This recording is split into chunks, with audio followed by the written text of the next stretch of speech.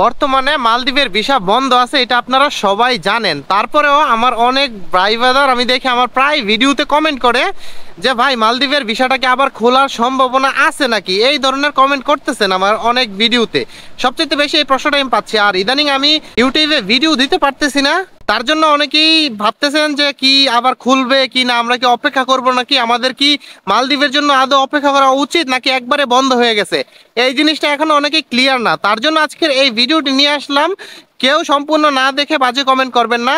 হয়তোবা যাদের উপকার তারা ভিডিওটা দেখলে অবশ্যই উপকৃত হবেন, আর যাদের দরকার নাই তারা প্রথম থেকেই ভিডিওটি না দেখে চলে যাবেন। তো সম্পূর্ণ ভিডিওটি না টেনে দেখুন।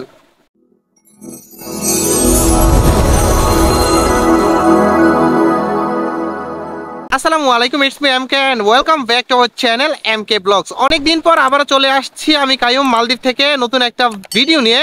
আজকের ভিডিওটাও একটি ইনফরমেটিভ ভিডিও, কারণ আপনারা অনেকেই কিন্তু মিসকমিউনিকেশনের মধ্যে আছেন, হয়তোবা আবার অনেকেই জানতে চাইতেছেন যে যেহেতু মালদ্বীপ জিনিসটা হচ্ছে একটা আবেগের, যারা যারা মালদ্বীপের জন্য অপেক্ষা করতেছিলেন সবাই কিন্তু বসেই ছিলেন অনেক বছর, 4 বছর 5 বছর, অনেকে আরো বেশিও বসেছিলেন মালদ্বীপ আসার জন্য।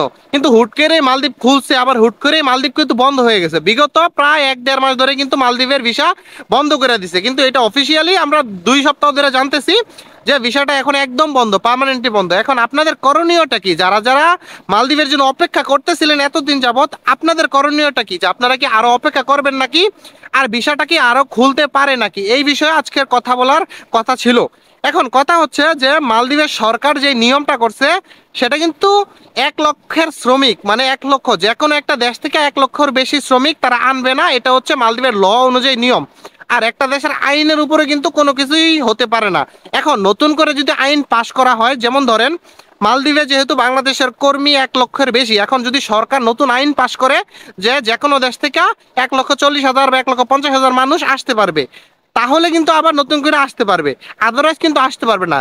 আরেকটা হচ্ছে যে এখন মালদ্বীপে যেহেতু কর্মী বেশি আছে, আবার মালদ্বীপের সরকার যদি চায় যে আমাদের দেশে আরো কিছু কর্মী লাগবে, যেহেতু আরো 1-2টা ব্রিজের কাজ আমরা যতটুকু জানি যে চায়নার সাথে তারা চুক্তিবদ্ধ হয়েছে, এখনো কাজগুলো কিন্তু চলমান হয় নাই ভালোভাবে। যদি চলমান হয় আর তখন যদি কর্মীর প্রয়োজন হয়, যেহেতু মালদ্বীপের সরকার বাংলাদেশকে পছন্দ করে, ঠিক আছে, বাংলাদেশের মানুষকে পছন্দ করে মালদ্বীপের সরকার, শুধুমাত্র আইনি জটিলতার কারণে তাদের যেই আপনার যেই ইটা পাস ছিল যে 1 লক্ষর বেশি কর্মী আনা যাবে না, এই নিয়মের কারণে কিন্তু মালদ্বীপ ইমিগ্রেশন বাংলাদেশের ভিসা বন্ধ করতে বাধ্য হয়েছে।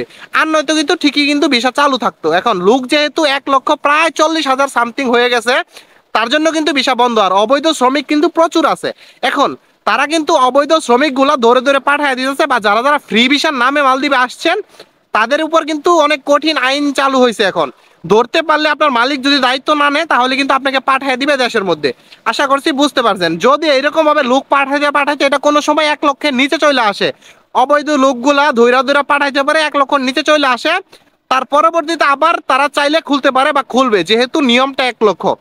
আরেকটা যেটা সেটা হচ্ছে যদি সরকার চায়, যেহেতু ব্রিজের কাজ হবে পরবর্তীতে, আর চায় না, আর যদি সরকার চায়, চায়নার যে ইঞ্জিনিয়ারগুলো আসবে তারা যদি চায় যে বাংলাদেশের কর্মী, তারাও কিন্তু বাংলাদেশে লাইক করে, আর মালদ্বীপের সরকার কিন্তু বাংলাদেশে লাইক করে। এখন যদি তারা চায় যে আমাদের কর্মী দরকার, বাংলাদেশ থেকে আমরা কর্মী আনবো, তাহলে কিন্তু এক্সট্রাভাবে তারা কর্মী আনতে পারবে। এটা শুধুমাত্র একান্তই সরকারের ব্যক্তিগত, সরকার যদি চায়। আর যেটা আইনের অনুযায়ী যে 1 লক্ষ বিল পাস আছে, 1 লক্ষর বেশি কর্মী আসতে পারবে না, এটা যদি আবার নতুন আইন প্রকল্প চালু হয় যে 1,40,000-50,000 লোক আসতে পারবে, তাহলে কিন্তু আসতে পারবে। আদারওয়াইজ এখন খোলার কোনো সম্ভাবনা নাই। এই জিনিসটা ক্লিয়ার যে মালদ্বীপের বিষয় একদম বন্ধ, বর্তমানে খোলার কোনো পসিবিলিটি আমরা দেখতেছি না, যদি না 1 লক্ষের নিচে আবার কর্মীর সংখ্যা না আসে, যেহেতু একটা দেশ থেকে 1 লক্ষ কথা আছে। আর সরকারের বিশেষ কোনো পদক্ষেপ ছাড়া বর্তমানে একদমই ভিসা খোলার কোনো সম্ভাবনা আমরা দেখতেছি না। আশা করছি আপনারা যারা যারা মালদ্বীপের জন্য অপেক্ষা করতেছিলেন তারা বুঝতে পারছেন আপনাদের করণীয়টা কি। আপনারা নিজেরা এখন এই জিনিসটা অবশ্যই সিদ্ধান্ত নিয়ে নেবেন। আমরা এখন দেখতেছি না খোলার কোনো সম্ভাবনা, আগামী 1-2 মাসের মধ্যে খোলার কোনো সম্ভাবনাই আমরা দেখতেছি না। যদি এটা খুলেও সরকারের কোনো বিশেষ পদক্ষেপে খুলবে, আদারওয়াইজ যেই লোকগুলো আছে থার্ড পার্টি অথবা আপনার ওই যে ফ্রি ভিসাতে আসছে, অথবা আপনার আমিল্লা মানে কাগজপত্র নাই, তাদেরকে ধৈরা ধৈরা যদি পাঠায়া দিয়া 1 লক্ষের নিচে যদি আনতে পারে তাহলে আবার খুলবে, এছাড়া খোলার কোনো সম্ভাবনা নাই। আশা করছি আপনারা বুঝতে পারছেন। যদিও ভিডিওটি কোনো ভালো খবর না, তারপরেও যদি ভিডিওটি ভালো লাগে, এরকম যদি আরো কোনো ইনফরমেটিভ ভিডিও চান, আপনারা আমার চ্যানেলটা সাবস্ক্রাইব করে রাখতে পারেন। যদি ভিডিওটা ভালো লাগে লাইক কমেন্ট দিয়ে যাবেন। আর আপনারা কি ধরনের ভিডিও চান, কোন ধরনের ভিডিও চান, কোন ধরনের ইনফরমেশন চান, তাহলে আমাকে কোন ধরনের ইনফরমেশন চান আপনারা কমেন্ট বক্সে আমাকে জানিয়ে যাবেন। তাহলে সেই বিষয়ে আমি আপনাদের জন্য ভিডিও নেওয়ার চেষ্টা করবো এবং পরামর্শ দেওয়ার চেষ্টা করব। সবাই সুস্থ থাকুন, ভালো থাকুন, আসসালামু আলাইকুম।